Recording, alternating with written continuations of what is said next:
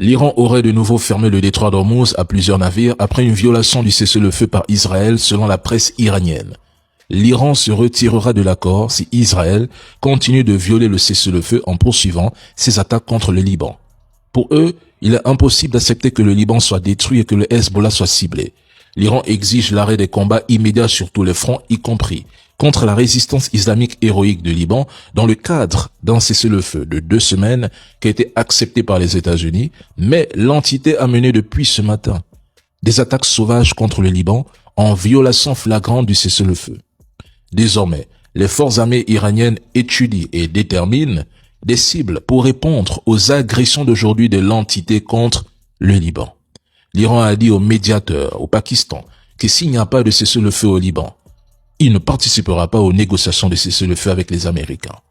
L'Iran précise qu'il ne rencontrerait les responsables américains à Islamabad que si les attaques israéliennes contre le Liban cessaient. Sans ça, la guerre se poursuivra non-stop. En passant, bien avant cet incident, la marine iranienne a confirmé que les propriétaires de navires doivent obtenir une autorisation pour traverser le détroit d'Ormuz. Sinon, ils seront pris pour cible. Et ça, c'est une réponse directe à ces propagandistes qui prétendent que l'Iran a supplié, que Trump a donné l'ordre d'ouvrir le détroit d'Ormuz et que Téhéran a obéi. En réalité, ils n'ont aucun argument solide. Ils mentent.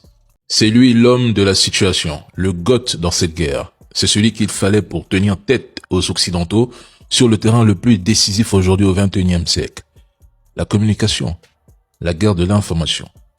Il en maîtrise tous les codes, tous les leviers, et comprend que les batailles modernes ne se gagnent pas seulement avec des armes, des soldats, mais avec des récits, des images et des perceptions.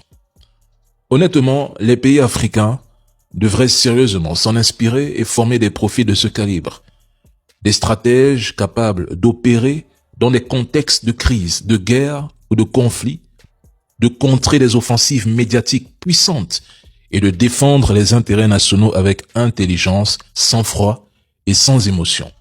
Il remplit sa mission avec une précision redoutable, en répondant coup pour coup avec la même intensité face aux Occidentaux sans jamais reculer.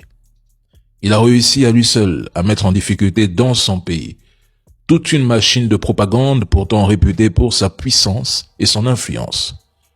Aujourd'hui, un seul homme bien préparé, lucide et stratégique peut déséquilibrer des puissances entières à condition de maîtriser l'arme la plus sous-estimée de notre époque.